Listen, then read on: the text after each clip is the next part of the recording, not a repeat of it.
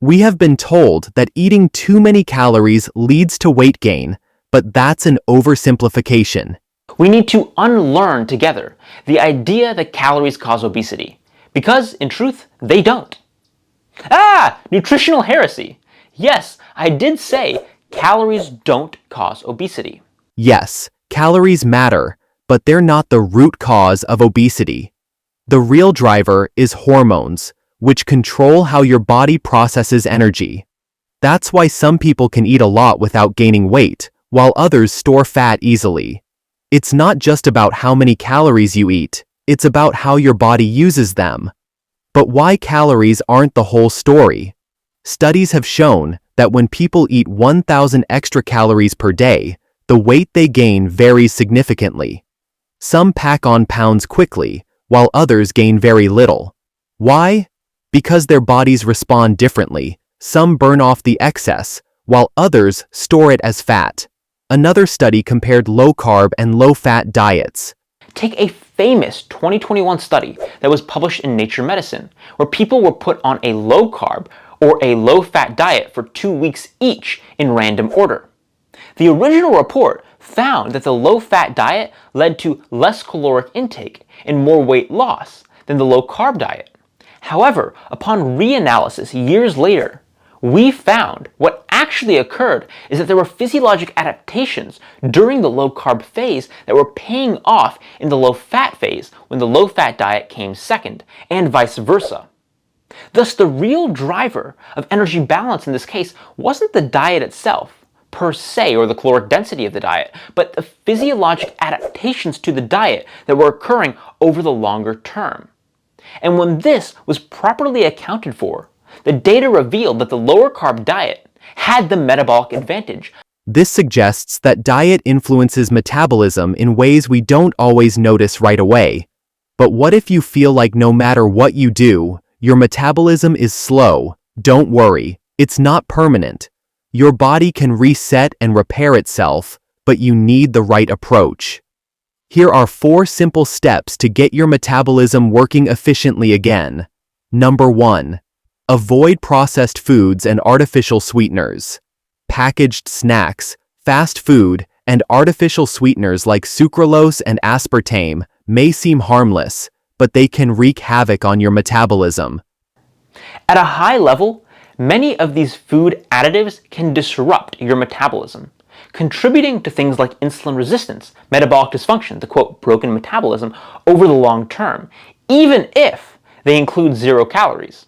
And to be clear, this has been shown in human randomized controlled trials as an example, this study from Yale, which showed that when sucralose, an artificial sweetener with 0 calories, was consumed as part of a mixed macronutrient intake, it could cause profound insulin resistance and even changes in brain activity.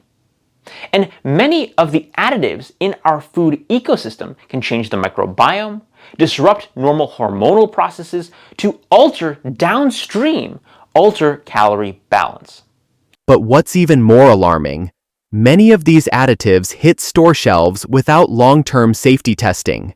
Instead of relying on processed foods, focus on whole, nutrient-dense options that fuel your body the right way.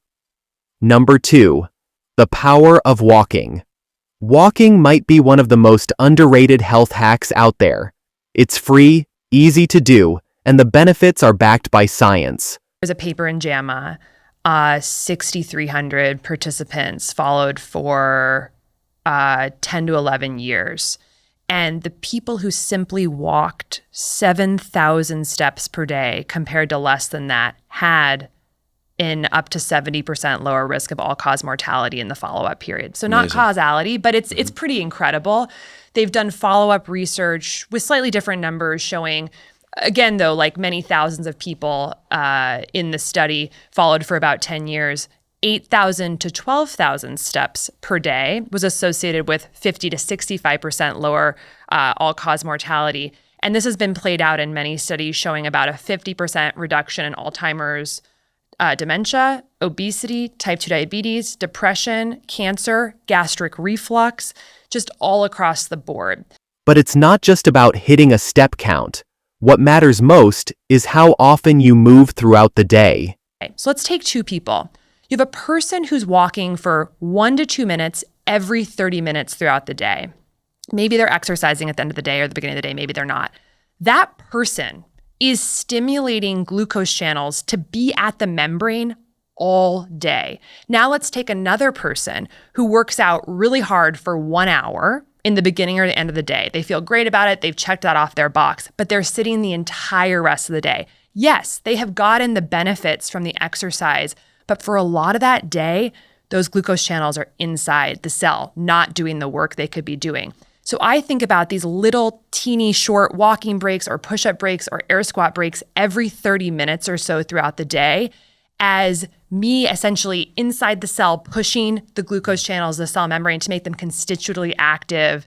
It's totally different physiology, and it's so easy. So it's not about the steps. It's about muscle contraction regularly throughout the day. That's because short, frequent movement helps your body regulate blood sugar and keep energy levels steady, while prolonged sitting can cause glucose to build up in your bloodstream, increasing the risk of insulin resistance and other health problems. Number 3. Don't starve yourself. A lot of people think that eating less is the key to losing weight, but this can actually slow down your metabolism. When you drastically cut calories, your body goes into survival mode, thinking food is scarce. Instead of burning fat, it starts holding on to it. Your metabolism slows down, making weight loss even harder. And if you want to know how much you should be eating in a day, you can easily calculate your RMR, which is your resting metabolic rate. This is the total number of calories your body needs to survive if it's at complete rest. That's if you're asleep or in a coma. The reason this number is important is simple. If you eat fewer calories than your RMR, than your body actually needs, then your body thinks you're starving it and it starts to shut down. So calculating your RMR is also fairly simple. If you're the average size, you take your weight in pounds and you multiply by 10. So I'm 180 pounds. My RMR is 1,800 calories. Now, if you're very muscular, then you should multiply by 13. Like if you're Arnold Schwarzenegger in his prime and you're have big muscles, you multiply by 13. If you're very overweight, then you probably multiply by 8 because you have a lot of fat and not a lot of muscle, which burns hotter. Now, if you eat less than your RMR, your body goes into starvation mode. Instead of starving yourself, focus on eating enough of the right foods, protein, healthy fats, fiber, and nutrient-dense carbs to keep your metabolism running efficiently. Number 4. Take the right nutrients. Your metabolism depends on tiny powerhouses inside your cells called mitochondria. They convert food into energy, but over time, stress, poor diet, and toxins can weaken them. But certain nutrients can help support mitochondrial function and improve metabolism. Things like CoQ10, alpha-lipoic acid, N-acetylcysteine, B-complex vitamins, omega-3 fats like EPA and DHA. These supplements can aid in speeding up your metabolism and lowering inflammation. So, if your diet is lacking these nutrients, supplementing with them can help restore energy levels, improve fat burning, and keep your metabolism running smoothly. And that's it for today's video. If you found this video helpful, make sure to like, subscribe, and hit the notification bell so you don't miss out on more science-backed health tips. See you in the next video.